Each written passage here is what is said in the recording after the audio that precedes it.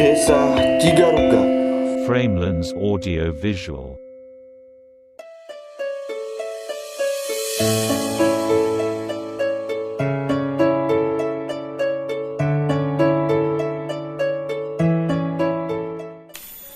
Desa Cigarugak merupakan desa yang berada di Kabupaten Kuningan, tepatnya di sebelah timur Kabupaten Kuningan.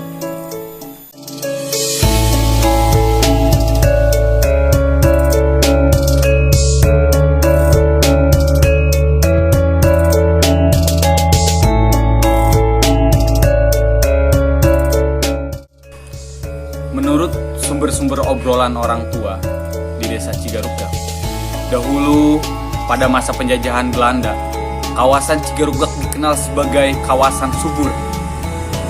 Kondisi air melimpah, air datang tanpa henti dari mata air maupun dari sumur-sumur yang dibuat penduduk kala itu.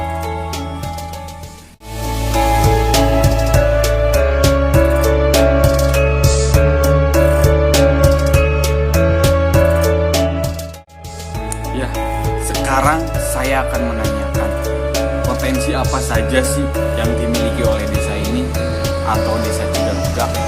Langsung saja saya akan menanyakan ke sumber yang bisa dipercaya.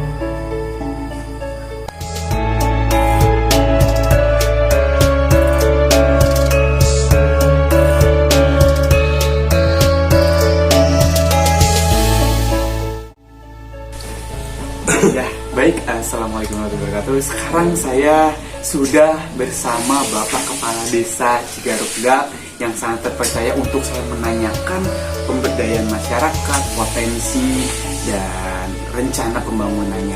Sebelumnya Bapak boleh perkenalan dulu ya? Nama saya Tatang. Oke, Bapak Pak Tatang ini sebagai Kepala Desa di Desa Cigarugak. Bapak langsung saja mungkin saya akan menanyakan mengenai bagaimana sih atau apa saja sih pemberdayaan masyarakat yang ada di Desa Cigarugak ini, Bapak? Cigarugak ini merupakan desa yang berada di wilayah Kecamatan Jayatubang. Terdiri dari 5 dusun atau 5 blok dan 17 RT. Jadi RW-nya ada 5, RT-nya ada 17. Dari sekian banyak RT tersebut, mayoritas penghasilan orang Cigarugak bertani sesuai dengan negara kita di agraris. Tapi istimewanya warga kami, warga Cigarugak, tidak semata-mata hanya bertani, tetapi mereka banyak berdagang juga di Jakarta, di Jogja, di Bandung, sehingga itu sangat berpengaruh terhadap pendapatan per kapita yang ada di masyarakat desa kami, Desa Cigarugak. Kaitan dengan pemberdayaan, karena warga Cigarugak itu bentuknya berjumlah 4.611 penduduk. Secara otomatis ini satu desa yang berpenduduk besar dan harus bisa, ini saya selaku kepala desa ini harus bisa mengoptimalkan semua kegiatan untuk mendongkrak pendapatan per kapita tersebut. Secara otomatis kuncinya adalah arahan bagaimana saya sebagai kepala desa untuk bisa mengarahkan warga masyarakatnya sehingga mempunyai pendapatan per kapita yang tinggi. Salah satunya tadi kaitan dengan pemberdayaan, yaitu bertani, bercocok tanam, terus ada kegiatan untuk menunjang kegiatan pemberdayaan tersebut. Kami mempersiapkan tenaga pemuda-pemudi yang mempunyai keahlian, ada sehingga dari keahlian tersebut timbul kreativitas. Ada workshop yang berkaitan dengan masalah IT yang berada di Dusun Pahit. Berarti berarti ada workshop IT ya Pak? Ada workshop IT yang kebetulan berada di salah satu pondok pesantren di Yayasan Al-Falah. Di samping workshop tentang IT tersebut, kita juga mempunyai pemberdayaan di bidang seni budaya, di mana di dalamnya ada tidak hanya orang tua, pemuda juga banyak yang masuk, pemudi juga banyak yang masuk. Salah satunya saya masuk. Jadi juga masuk ya? Iya masuk. Nah, masuk. Ini luar biasa yang digagas oleh Pak Haji Adi Zaidin. Ngobrol dengan saya, kebetulan ya saya sebagai kepala desa respon sekali, mendukung penuh, sehingga terbentuklah sanggar budaya bernama Gentra Wilantara. Jadi Gentra Wilantara. Di dalamnya Gentra Wilantara ini ada masyarakat yang udah usia 50 tahunan yang bergerak di bidang calung. Seni calung. Ada juga yang usia pemuda-pemudi yang ikut calung, pemuda terutama kalau calung. Yang pemudinya ada yang ikut degung. Ikut degung, sehingga secara otomatis dengan adanya sanggar budaya Gentra Wilantara, mudah-mudahan seni tradisional yang ada di Indonesia, khususnya di Tatar Sunda, itu bisa dilestarikan. Bisa dilestarikan dengan baik. Anak mudanya tidak tergerus dengan era globalisasi, di mana budaya-budaya asing, budaya barat atau budaya dari luar itu bisa berpengaruh. Mending kalau berpengaruhnya positif, yang dikhawatirkan akan berpengaruh negatif. Apalagi dengan sekarang semaraknya smartphone yang luar biasa, di dalamnya ya hidup dalam genggaman, di dalamnya bisa apa saja. Mudah-mudahan ini bisa menjadi benteng, di samping tentunya peningkatan keimanan ketakwaan, karena di Cigaruk ini ya mohon maaf ada 21 sarana ibadah, musola dan masjid, ada 4 pondok pesantren yang semuanya itu bergerak untuk mempertebal rasa iman takwa pada Tuhan Yang Maha Esa, Allah Subhanahu wa Ta'ala, sehingga diharapkan jika waktu depan itu betul-betul menjadi desa yang maju, mandiri, dan agamis. Gitu. Itulah tadi pemberdayaan masyarakat yang ada di Desa Cigarugda, yang tadi salah satunya itu di bidang pertanian dan workshop IT serta seni budaya yang bernama Gentra Wilantara ya Pak ya. Ya, selain dari pemberdayaan Pak, Hadir mau menanyakan potensi apa saja sih Pak yang ada di Desa Cigarugda? Itu salah satunya mungkin di bidang apa? Potensi yang ada Cigarugda sudah barang pasti. Pertama, karena Cigarugda ini mempunyai salah satu potensi terbesarnya adalah di bidang tanaman pangan adalah mangga. Kita Cigarugda punya ribuan pohon mangga, di mana dari ribuan pohon mangga tersebut otomatis perlu perawatan, dirawat, dan mau dipupuk, dipasang obat, disemprot, menghilangkan hamanya, sampai pada saat pemetikan secara otomatis akan menyerap banyak tenaga kerja. Itu bermanfaat untuk mengurangi pengangguran yang ada di desa kami di Cigarugda.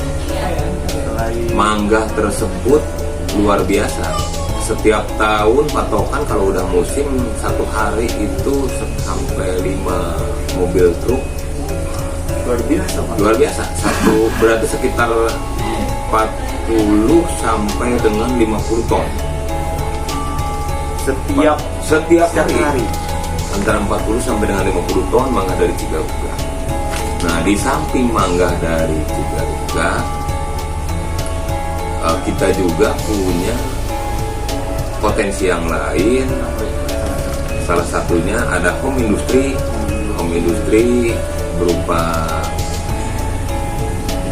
tape atau peyem. Kalau di Bandung ada peyem Bandung, ini ada peyem Cigarugga. Tapi nggak kalah dengan peyem Bandung. Baik itu yang dari singkong, yaitu peyem yang luar biasa, bisa dibuat blojotan yang panjang-panjang, bisa juga dibikin kemasan yang kecil, sehingga pemasarannya tidak hanya di Kabupaten Kuningan. Ini udah nyampe ke Cirebon, bahkan sampai ke daerah Kersana, yang notabene Kersana itu dekat ke Ketanggungan, Jawa Tengah. Jadi udah lintas provinsi ini peyem sampai ke daerah Ketanggungan. Nah, makanya untuk potensi tersebut saya selaku kepala desa mendukung penuh, sehingga saya berusaha untuk dibuatkan hak paten, terutama dari dinas perdagangan, dan alhamdulillah izin produksinya dari DPMTSP sudah ada untuk peyem singkong dan peyem ketan, dari sampul dan peyem ketan. Ada izin produksi dari DPMTSP atau perizinan satu atap Kabupaten Kuningan.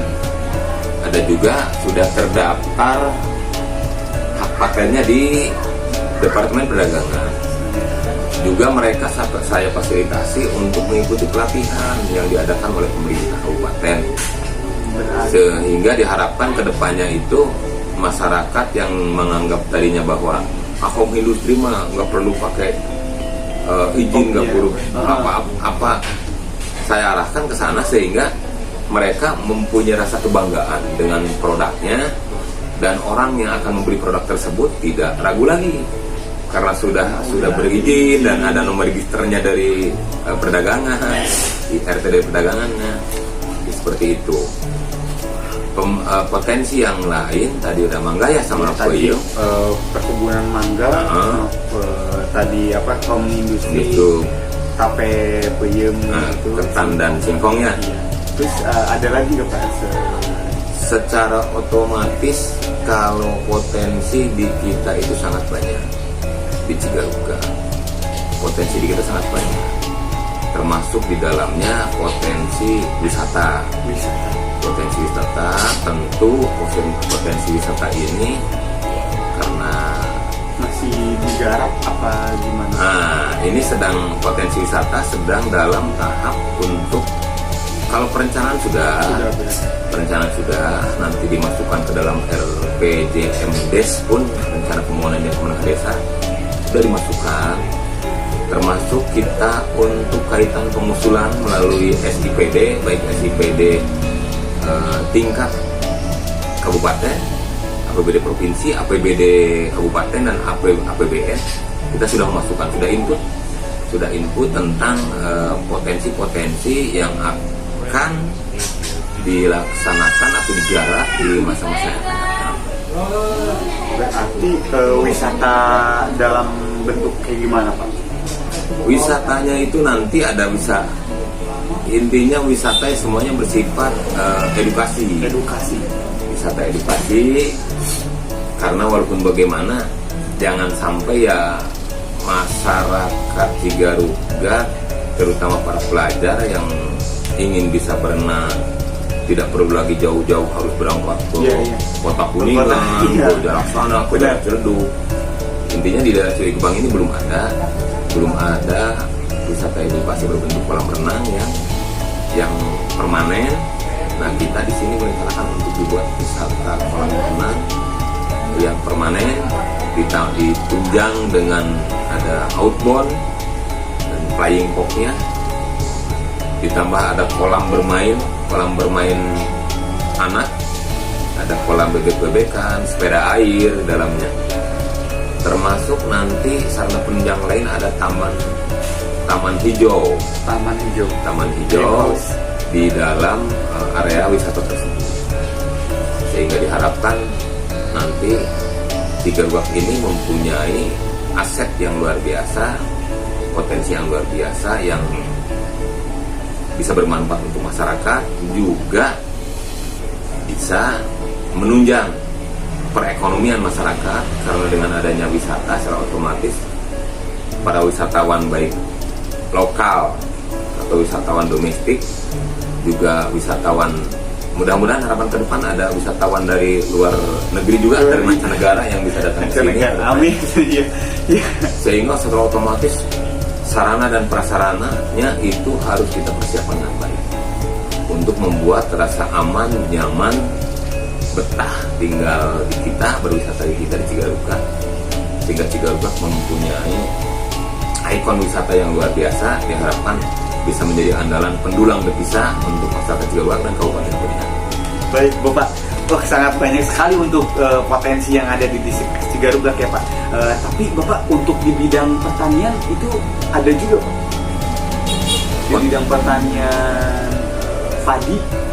Pertanian padi, karena kita ini luas wilayah kita ada 300. Jadi wilayah teritorial Cigarugak itu 368,7 hektar, Iya.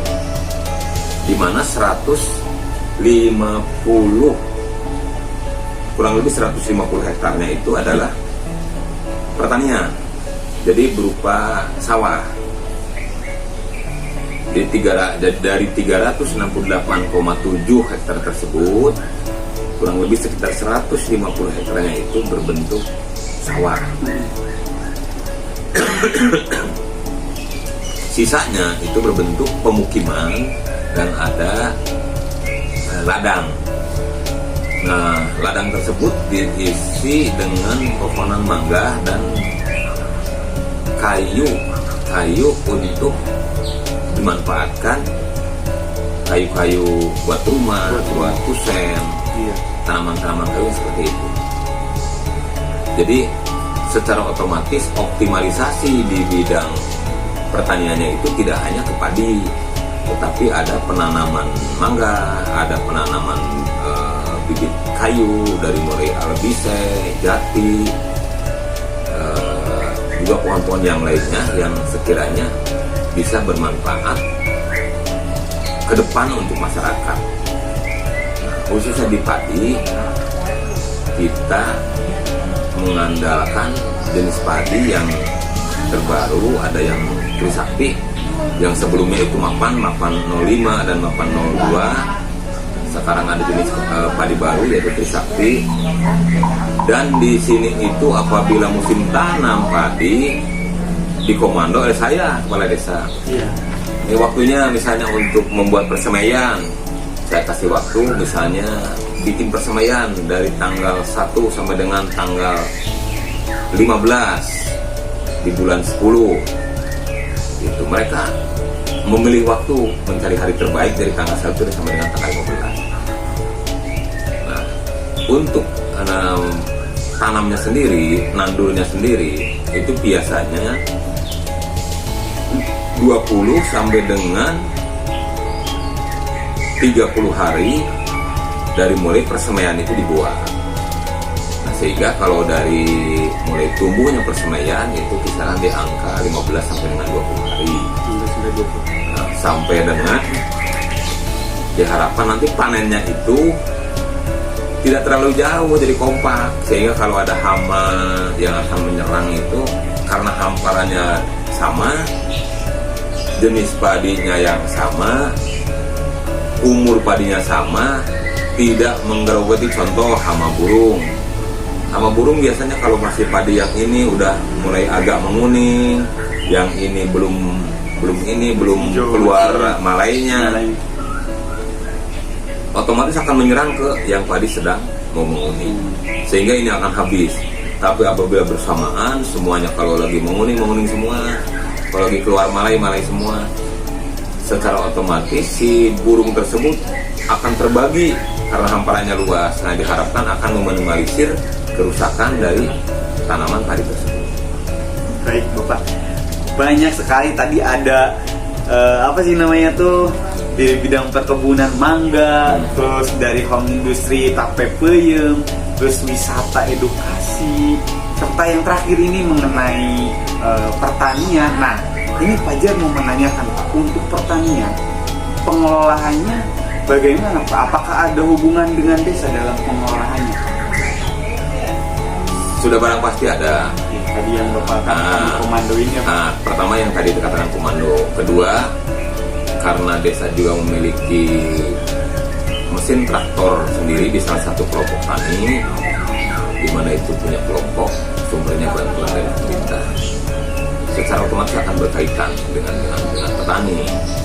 Terus kaitan dengan bantuan benih, kita juga sering memfasilitasi bantuan benih, sehingga ini diharapkan bisa meringankan biaya operasional dari petani tersebut, sehingga apabila kita bisa menekan operasional dari petani tersebut, karena tidak hanya benih, kita juga pupuk juga bisa memfasilitasi, terutama pupuk organik.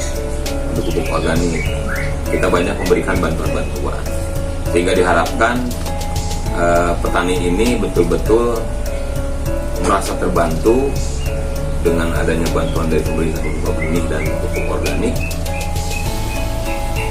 Juga fasilitas airnya, karena Cigaruk ini tak ada hujan, secara otomatis kita harus menyiapkan konsep dengan pola sumur bor. Kita udah ada ya Pak? Udah ada sumur bor, sehingga apabila terjadi keterlambatan hujan atau curah hujan mulai menurun, sumur bor tersebut bisa dioperasikan untuk mendukung pertanian, sehingga petani itu tidak was-was lagi takut kekeringan atau apa. Bagi yang sudah terjangkau dengan fasilitas sumur bor, yang belum terjangkaunya secara otomatis itu menjadi PR buat saya sebagai kepala desa, bagaimana caranya sehingga semua wilayah di Cigaruk ini, terutama masalah pertanian di sawahnya, bisa terairi, walaupun dengan tidak irigasi secara teknis atau air permukaan, karena tidak ada sungai di kita ini, tidak ada sungai yang senantiasa mengalir walaupun kemarau. Ya, kita berupaya untuk membuat sumur-sumur bor untuk menunjang kegiatan pertanian yang ada di Cigaruk. Tadi Pak menyangkut kelompok tani, berarti ada kelompok tani juga ya Pak di sini Pak? Di sini ada 4 kelompok tani. 4 kelompok tani. Yang pertama itu kelompok tani sumber kurit, kelompok tani sumber kurit. Yang kedua kelompok tani sumber makmur. Yang ketiga kelompok tani sumber rezeki. Dan yang keempat yang baru saja dilahirkan, didirikan baru sekitar 1 tahun 2 tahun jalan sekarang, yaitu kelompok tani sumber asih.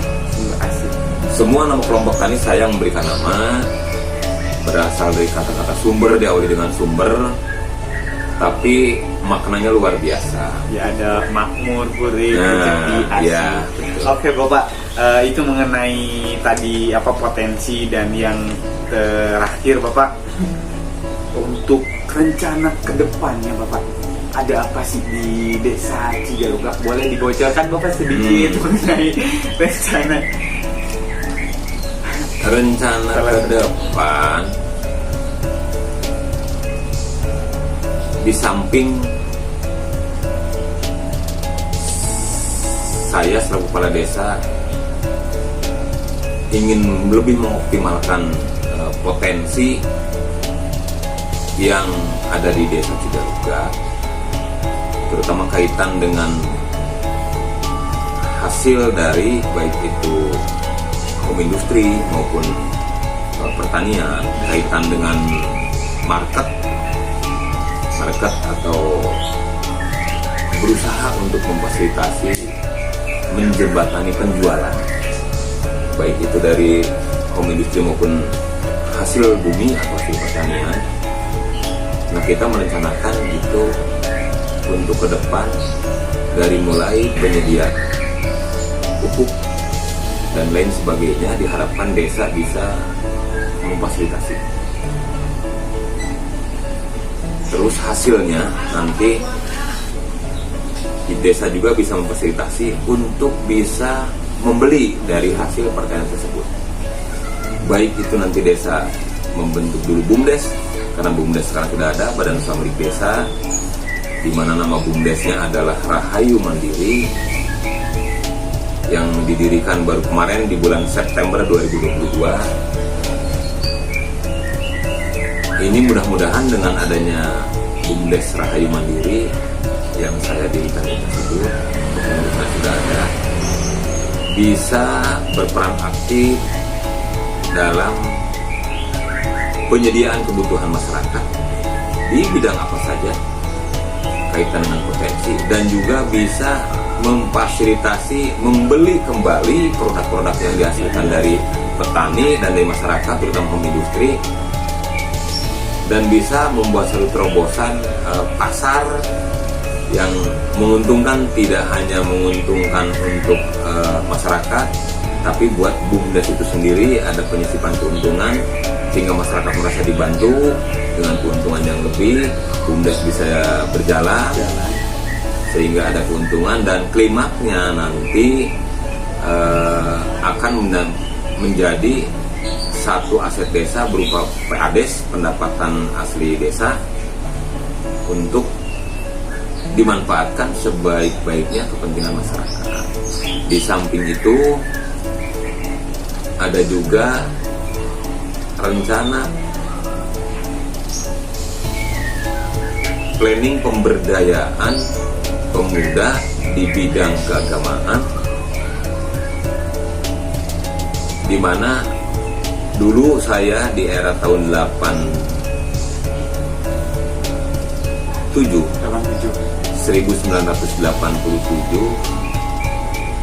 pernah menjabat selaku Ketua Remaja Islam Masjid Al-Mutakin atau Risma.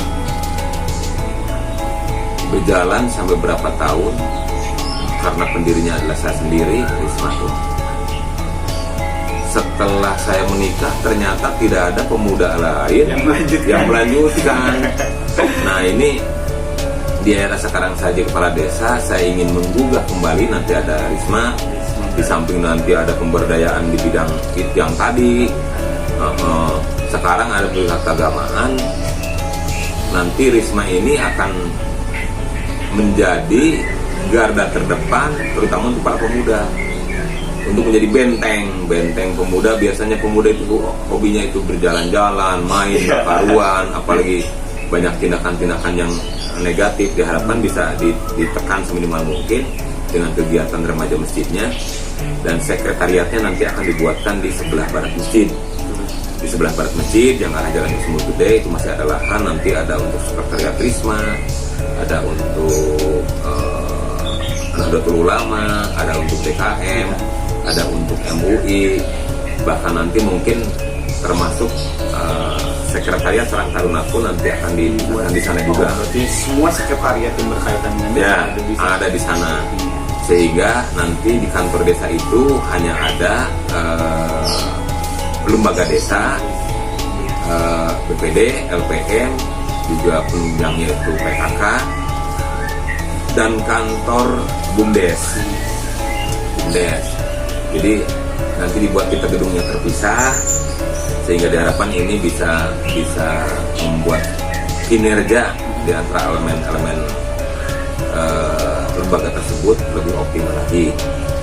Terus selanjutnya, rencana wisata desa itu tidak hanya sebatas rencana, tapi insya Allah di 2024 akan ada action. Ada mulai penggarapan. Berarti Bapak tadi rencana itu selain mengoptimalkan potensi dan planning pemberdayaan keagamaan, tadi juga yang Bapak sebutkan mengenai wisata juga, itu maksudnya ke perencanaan untuk apa sih yang akan dilaksanakan, tapi itu udah direncanakan ya, tinggal eksistensi dan sebagainya. Sudah direncanakan. Kita sudah rapat dengan BPD, LPM, juga tokoh masyarakat.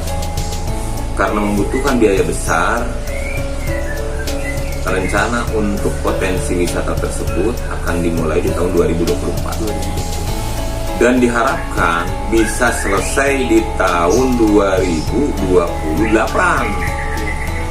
Nah, ini ada kurun waktu 4 tahun untuk membangun sarana dan prasarana wisata tersebut, dan diharapkan 2028 itu ada grand opening, sehingga di APBDes 2029 itu kita sudah mempunyai PADES, pendapatan asli desa, yang bisa bermanfaat untuk pembangunan desa, untuk kesejahteraan masyarakat, untuk pemberdayaan guru-guru ngaji, juga pemberdayaan lembaga kemasyarakatan atau lembaga pemerintah yang ada di Desa Cigaruk, termasuk di dalamnya pemudahan.